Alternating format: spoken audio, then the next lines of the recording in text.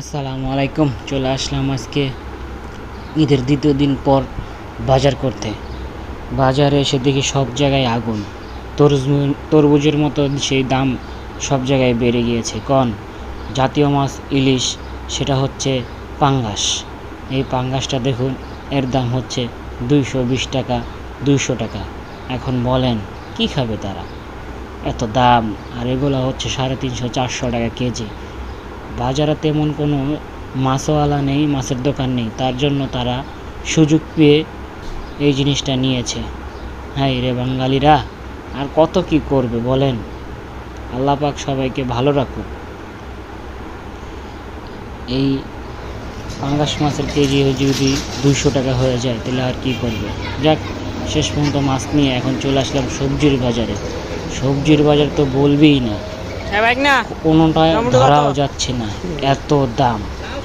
যেটা জিজ্ঞেস করি 80, যেটা জিজ্ঞেস করি 80, এটা জিজ্ঞেস করি 80, 80, 80, 80। হাই রে, সবাইকে ভালোবেসি বাংলাদেশ করলো সোনা খনির চোরের খনি।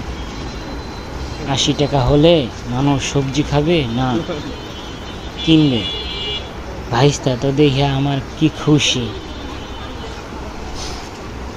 ভাইস্তাকে বললাম যে তোমরা যদি এত দাম রাখো তাহলে কেমনে হবে?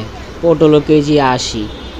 এখন বলেন, দেখেন এটা কি হচ্ছে? বাংলাদেশের কি তরকারি সিন্ডিকেট।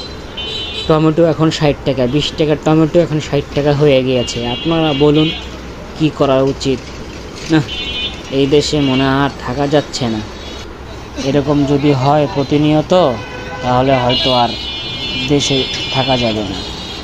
তারপর ভাইনা মিষ্টি কুমড়া কাটছে। এই যে একটা মিষ্টি কুমড়া, তারা কেজি হিসাবে কিনে এনেছে। কেজি হিসাবে কিনে এনে এখন তারা পিস হিসাবে বিক্রি করবে। একটা পিস 30 টাকা। একটু ধৈর্য সহকারে দেখুন, পিসটা ভাগনা কাটতেছে, কতটুকু পিস তৈরি করছে সেটা একটু দেখাবো আপনাকে। দেখেন, এই পিস তারা 30 টাকা বেচে, 30 থেকে 40 টাকা পিস বেচে। এটা কোনো কথা? দেখুন, অথচ তারা 10 টাকা 12 টাকা কেজি হিসাবে কিনে এনেছে মিষ্টি কুমড়া। সব কিছু ফেরাউনের ইঙ্গিত হয়ে যাচ্ছে সব কিছু। এই যে দেখেন, এই যে একটা মিষ্টি কুমড়া কেটেছে, এটার দাম 30 টাকা। এখানে 1 কেজিও না, আর অথচ 15 টাকা করে কেজি কিনে নিয়ে আসছে তারা।